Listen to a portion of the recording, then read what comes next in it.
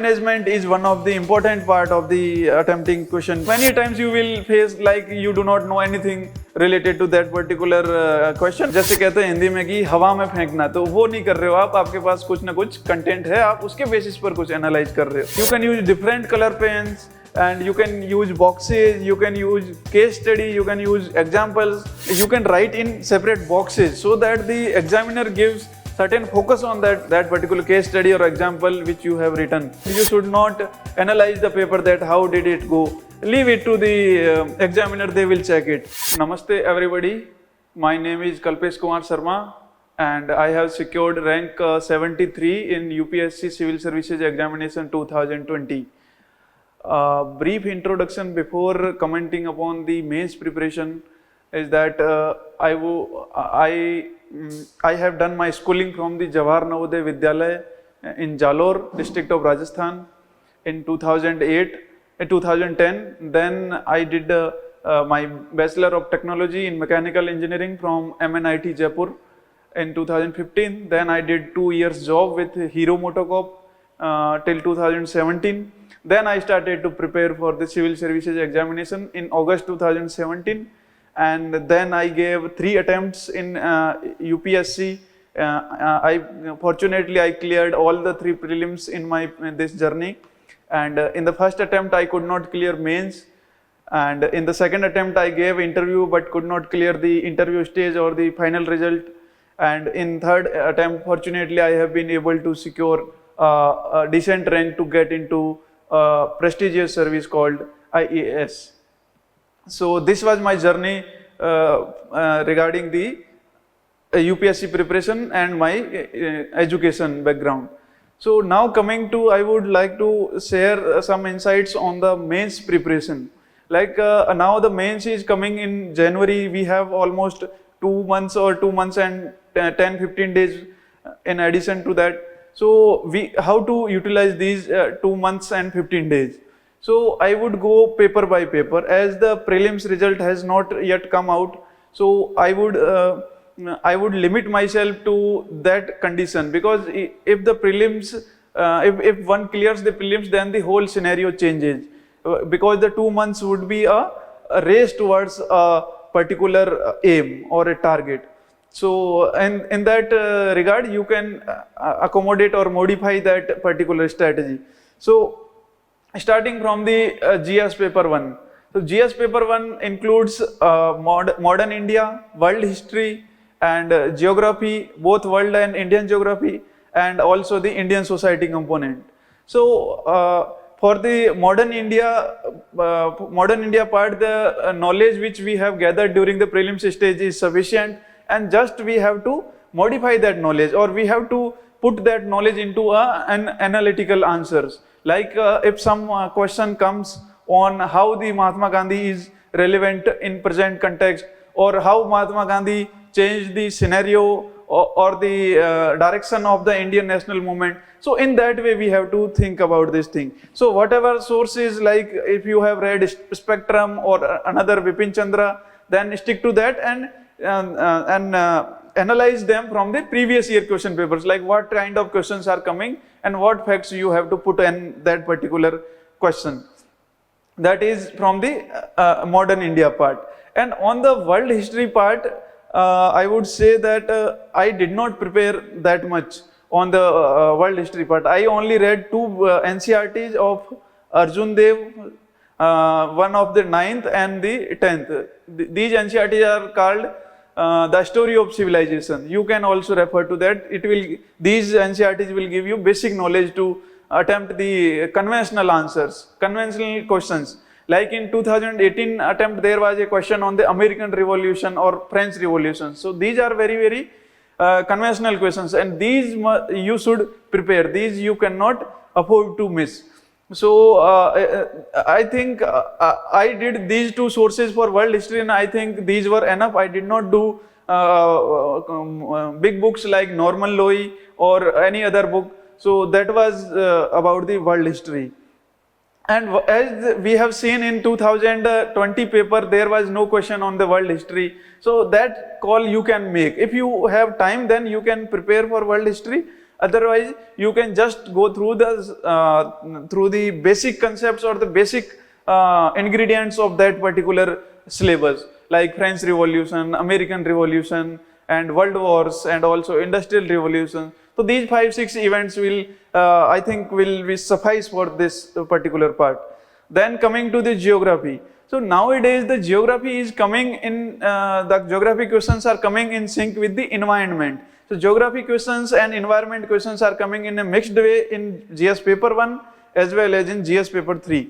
And also sometimes disaster management is also linked with the GS paper, geography part of GS paper 1. So you can study these subjects in a sync or in a means integrated manner, so that you do not miss the important components of environment while studying the geography. So that way you can prepare. And basic sources are like NCERTs and GC Leong and any other source which you can refer to understand the basic concepts of the geography. This is about the geography. So NCERTs and GC Leong are the basic, and any other sources you want to refer, you can refer and try to answer the geography questions with a map or a diagram or whatever whatever thing that question is about. Like if it is about the tectonic plates, then you can show how the tectonic plates move over each other and how the submerging plates and converging plates and diverging plates are there. So you can show them by different diagrams, arrows, etc. And also map is also a mandatory part of a geography answer, because if they are talking about the earthquakes, then the you can show that Pacific Ring of Fire for volcano, and for earthquake you can show this Himalayan belt region, because there is converging belts and there is lot of energy which can cause the earthquake. So these things you can draw in the geography answers. And another important part of this GS paper 1 is the Indian society. Many a times and most of the times students miss this particular part of the syllabus, because they think that Indian society we can do anyway. We can write anything in the Indian society questions without reading much about these the particular concepts in the Indian society. And nowadays, since past 2-3 years, there has been an increase in the number of questions being asked. So I would say that there is 1/3 in the GS paper 1, 1/3 is modern India and the world history and also post-independence, 1/3 is geography, and 1/3 is the Indian society. So you cannot afford to not prepare the Indian society part. You have to prepare it. You can prepare it through NCERTs or any other sources which are available in the market, and it does not require that much kind of technical preparation. You can do it by any source, and you have to link these with the concepts given in our syllabus, like secularism, communalism, or any other concept, regionalism. So these concepts has to be related with the happenings in the country. And also at the same time, the post-independence has to be linked with the Indian society, because after independence we have seen many movements regarding we have seen many riots and communal events which are linked with the Indian society part. But at the same time, these are the part of the post-independence or the mandal politics, or these all concepts are interlinked. So you have to prepare them in an integrated manner. So that way you can do. For Indian society, there are NCERTs of the 11th class and 12th class. You can do them. So they will suffice for it. And also you can refer to previous year questions. Like every year I have seen a question on secularism is there in the GS paper 1. So you have to go study the secularism concept very thoroughly, so that you do not miss that answer in comparison to the other people who are writing the exam. So this is the thing about the GS paper 1. And the general things about the GS paper 1 is you have to focus on facts, because it is a kind of factual paper, because in modern history you have to put all the facts to substantiate your arguments, like why Gandhiji changed the direction of Indian national movement. Then you can quote certain facts like the 1920 non-cooperation movement, how it involved all the sections of the Indian society into the movement. So this kind of examples you have to give. So it is also a fact based question paper. You have to focus on facts also. And geography part is more or less the conceptual part. You can answer them very well by integrating them with disaster management as well as with the environment part. And in the now coming to the GS paper 2. In the GS paper 2, there we have Indian polity, governance, social justice, and also international relations. So there are 4 parts to it. So international relations, first if we go to the international relations, then the international relations questions are generally based on the current affairs. So you can refer any current affairs magazine for that. And given that you have already studied the basic or the basic ingredients of the international of India's relations with that country, or the basic concepts or the basic fundamental elements of the UNO or any other international organization which are there in the news, like if we talk about FATF is very much in news, G20 is very much in news recently, and SCO. So these BIMSTEC, so these have to be focused properly, and they have to, their fundamentals have to be read in a very, very thorough manner, so that you do not miss any answer on that. And with regard to this was about international relations. So basics plus current affairs, that will suffice. No need to go into much details and other things, because I have read this thing and I have been able to answer all the international relations questions very satisfactorily. So that is all. And also at the same time, the questions of the international relations are at the towards the end of the question paper. Like there will be 19 number and 20 number question in GS paper 2, and also sometimes 9 and 10 number questions will be there for which are related to international relations. So 9, 10 and 19, 20. So at that time you are towards the end of your paper. So your speed would have got your speed would have got increased very high, and you can attempt those questions in a very fast manner. So you do not require that much kind of in-depth knowledge to answer those questions. Coming to the governance part, governance is more or less a static part if we leave the e-governance part of the governance systems.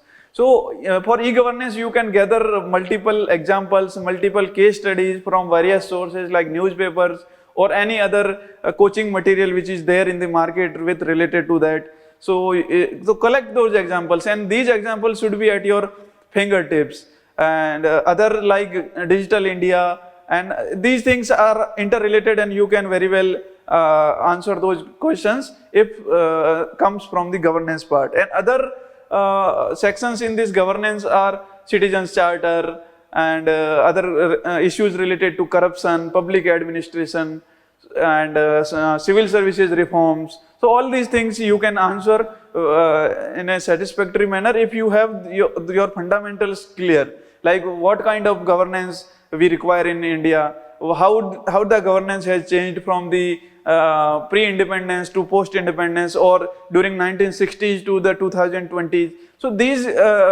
kind of answers you can answer if you have these kind of questions you can answer if you have sufficient knowledge about the basics and what are the components of the governance and these things. So this paper is not very much tough. It is very generic type of question paper, so you can answer them also.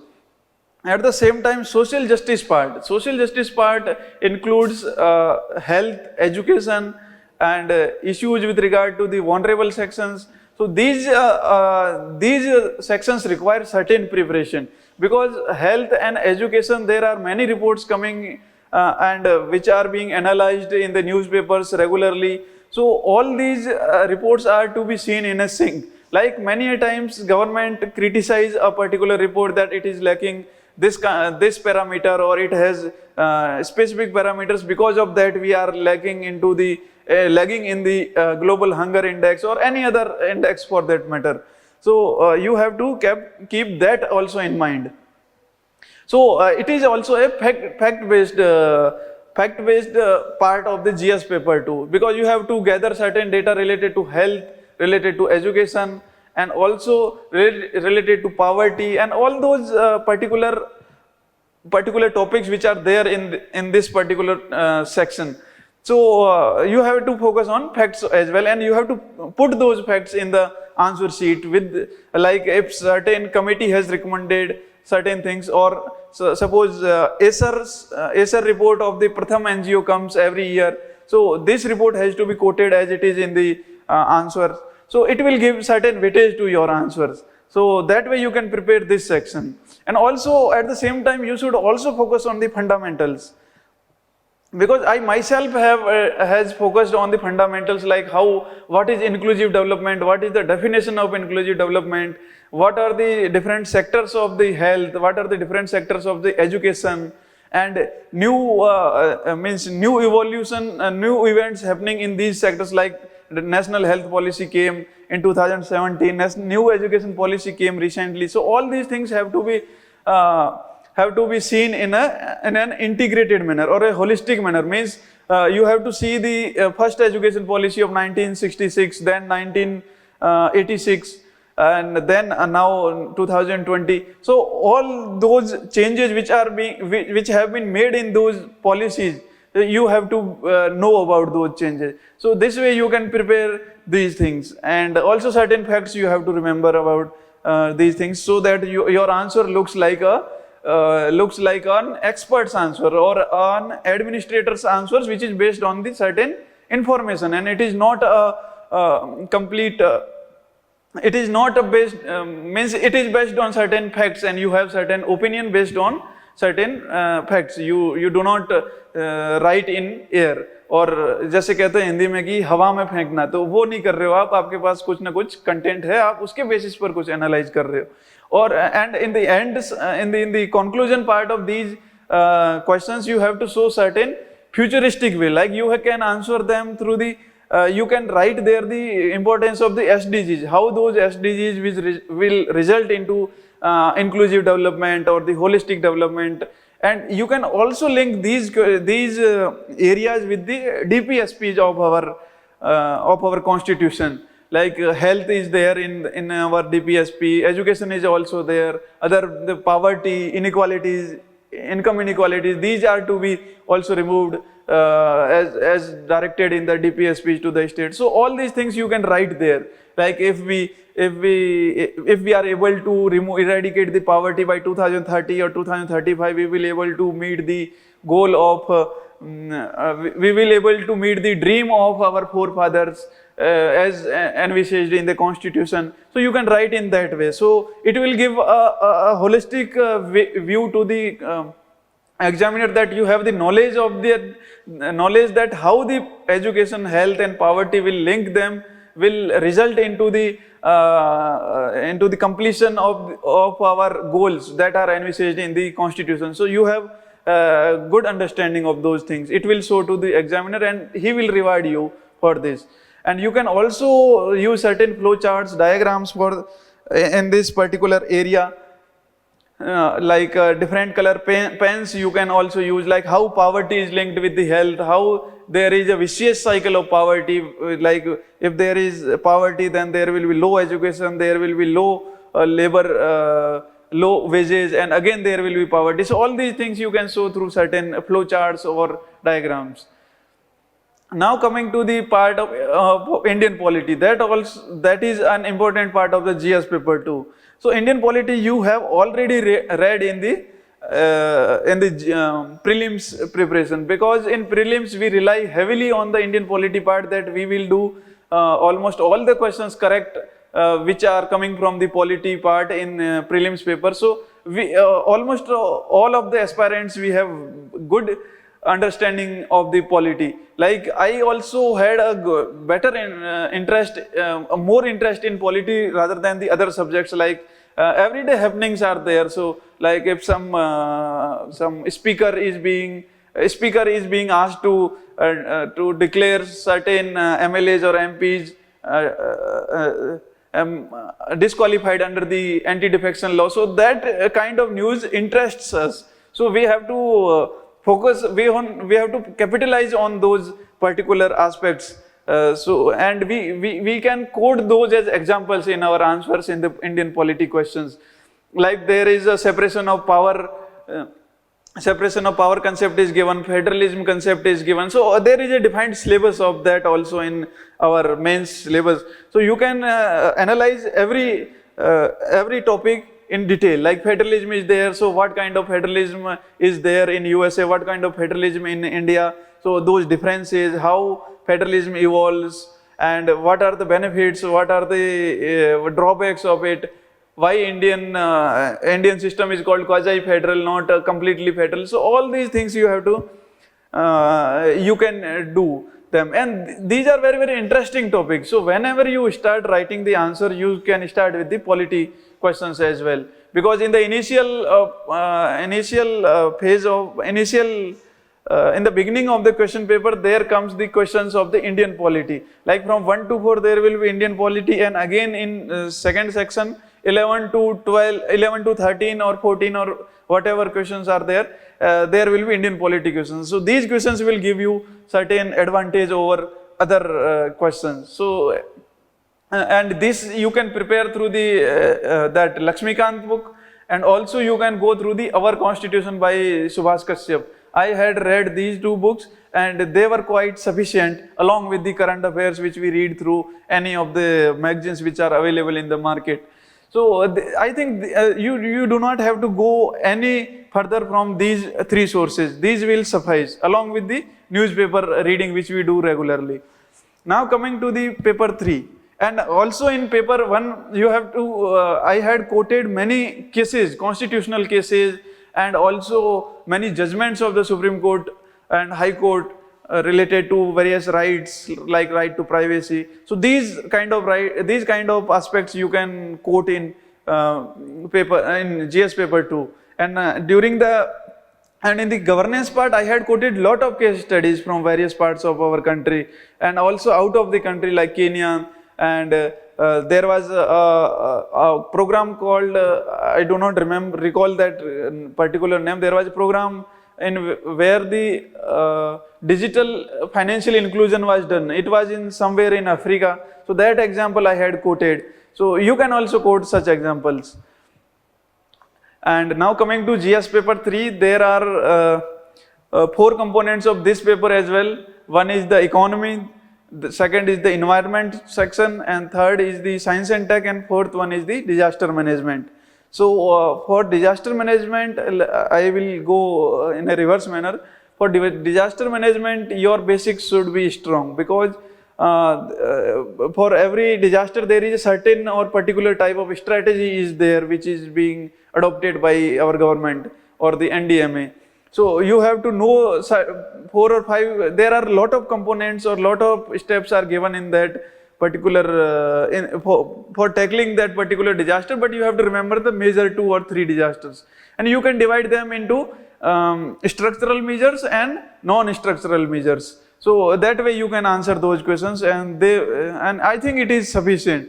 And you can prepare it from any standard book or any coaching material which covers this disaster management well enough. So you do not have to go into very much depth of this particular subject. You can answer them very well. And also current affair magazines also cover a lot of content about the disaster management. So that will suffice. You do not have to be very, very expert in this particular area. At the same time, and also if we talk about the science and tech, then there are questions which are based upon the historical evolution of many events, like how our space sector has evolved since independence, or how our atomic energy sector has evolved, or other policies which are coming in the science and tech area, like biotechnology policy, or now recently there was a policy, science, technology and innovation policy. So these are some governance issues which are mixed with the science and tech. So you have to go, you have to read them and revise them so that you do not forget these contents in the actual question actual question paper.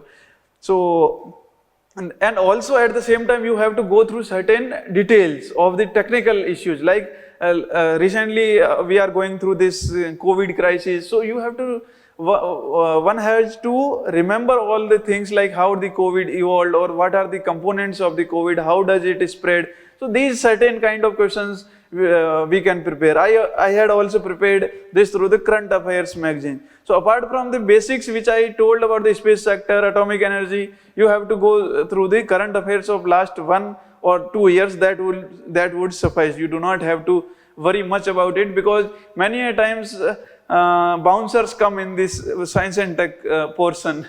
So in 2018 there was a question on Bose-Einstein condensate, and though I was from an engineering background, but I did not know answer to this question, but I wrote something about the bosons and other things. So anyways, I had to answer that question, so I scribbled anything which came to my mind related to that particular topic.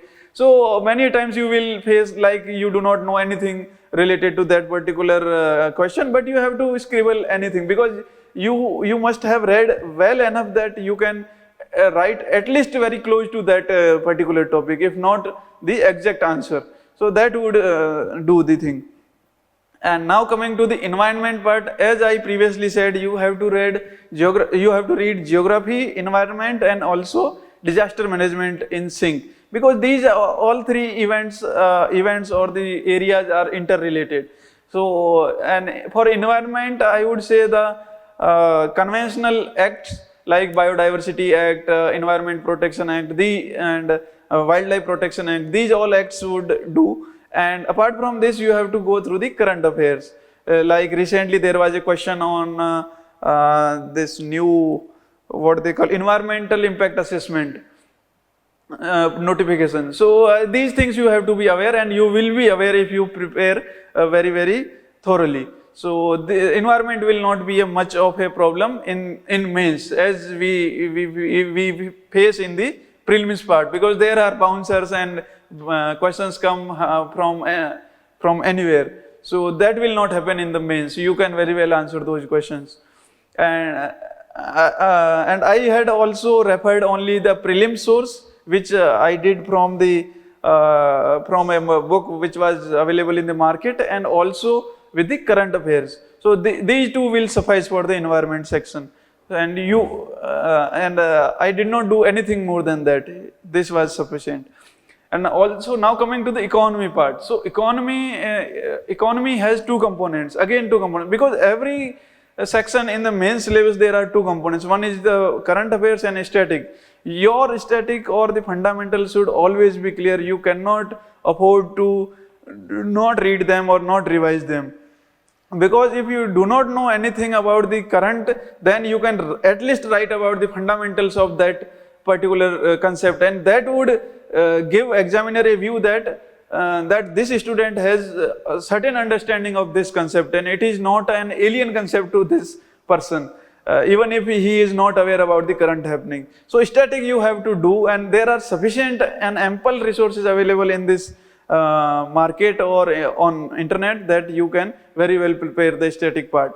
And on the economy, there is some lot of current affair questions are also asked. That you can also prepare from the either from the monthly magazines coming of many institutes, or from the compilation which comes near the mains, like many mains compilations come, and you can prepare through that. So, and in economy you have to quote certain standard documents like economic survey, union budget, or committees like the Rangarajan committee or Tendulkar committee, or any other committee, like recently we had Bimal Janal committee about the economic capital framework. So these committees you have to quote, and certain facts also you have to remember from the economic survey, like what is the share of the agriculture in our economy, in employment, in our GVA, or what is the level of MSME that is contributing to our economy. So these all things you have to note them in a separate notebook, and you have to remember them. And before going to the exam, you can you can go through them so that you do not have to wait, or you do not have to recall while answering the questions. So this has to be done. And environment and disaster management also, you can code the certain case studies. Like in Hong Kong or Singapore, there is what they do to avoid the flood is that they build a water harvesting system below the public parks. So the public park is there, but the space which is available below that public park is utilized for the for draining the flood water which is there. So this is also an innovative way, and these case studies you can write in separate boxes so that the examiner gives certain focus on that particular case study or example which you have written. Otherwise, he may skip those concepts, those particular elements which you have written in the answer, and you will not get any credit for that. So you have to focus on that. I had written these examples with different pens, different color pens, like from black or with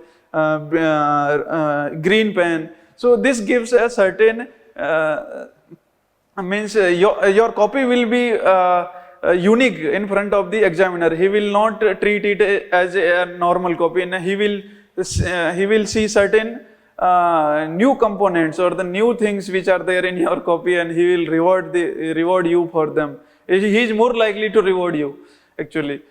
So this is about the GS paper 3. And for GS paper 4, which is ethics.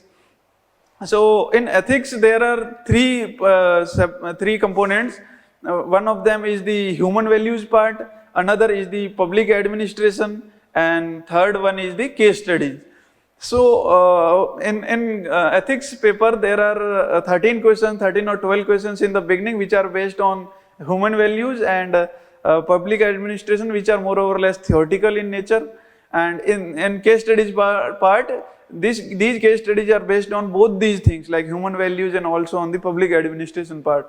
So you have to you have to first know the basics of those things, and then you can very well answer the case studies. So for this, what are the tools for preparation of ethics? Is first you have to be thoroughly aware of all the concepts which are given in the syllabus, like integrity, compassion, or if we talk about the public administration part, there is corruption or impartiality, non-partisanship. So these concepts you should be very well aware of, and you should remember at least one standard definition of all these concepts. So whenever such a question comes, you directly write the definition of it, so that you do not have to waste much of the time. Because in ethics paper it is very lengthy, and you have to do a very efficient time management to complete this paper. Because sometimes it happens that we over stress upon the case studies, or sometimes we over stress upon the questions, and then we miss certain case study which is around 20 or 25 marks. So that we cannot afford to miss. So time management is one of the important part of the attempting this ethics question paper. And you, like I said, what you have to do is you have to understand all the concepts, revise all these concepts and remember a particular definition, and you should also have a particular example with related to that concept. Like if we talk about the integrity, then Gandhiji can be quoted there, or even if you have certain local example of particular person, like DM in your district has done certain things which was related to his integrity. So you can quote those things also, because it will give you a unique view to your answers, and it will not look like a theoretical answer, because ethics paper is more or less a practical paper, and you have to show that you are empathetic or you are humane, means you are thinking person. You are not a person who remembers all the things by heart and do not understand the things. So these things you can do. And also you can follow certain standard books which are available for ethics to understand these concepts which are there in the market.